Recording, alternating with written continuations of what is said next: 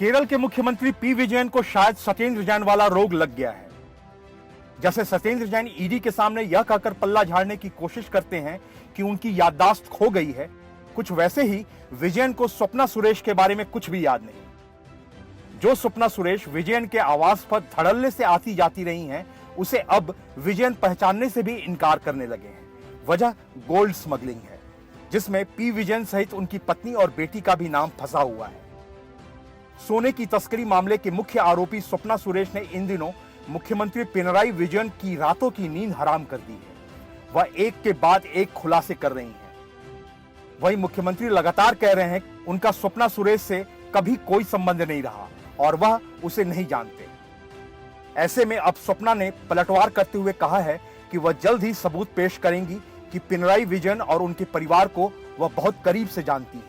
वह यह साबित करेंगी और सीएम को भी याद दिलाएंगी। केरल गोल्ड स्मगलिंग मामले की मुख्य आरोपी स्वप्ना सुरेश ने कहा कि आप सभी को याद होगा कि जब यह मामला पहली बार सामने आया, जुलाई 2020, और इस बारे में खबर सामने आई तो विजयन ने कहा कि वह मुझे नहीं जानते। स्वप्ना ने कहा कि वह कई बार क्लिफ हाउस में गई हैं। वहां विजयन की पत्नी कमला, उनकी बेटी वीणा और उनके बेटे की उपस्थिति में कई मुद्दों पर चर्चा की गई, कई अहम फैसले लिए गए। बहुत जल्द मीडिया के माध्यम से मैं उन्हें यह सब याद दिलाऊंगी। अगर वह भूल गए हैं तो मैं उन्हें सब याद दिला दूंगी।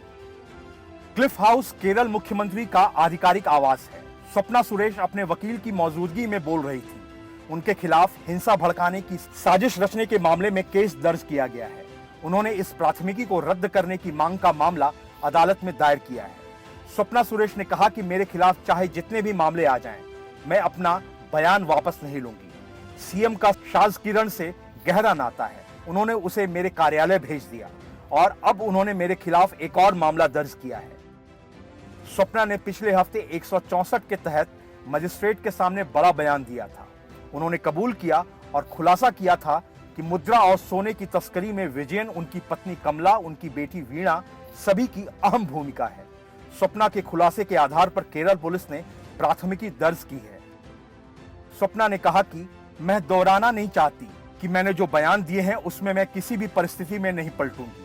अगर मुझे मार दिया जाता है तो शायद मैं इसे न कह पाऊंगी, लेकिन अगर ऐसा होता है तो मैंने जो कुछ कहा है उसका सबूत जल्द ही सामने लेकर आऊंगी। Bureau report, news of India.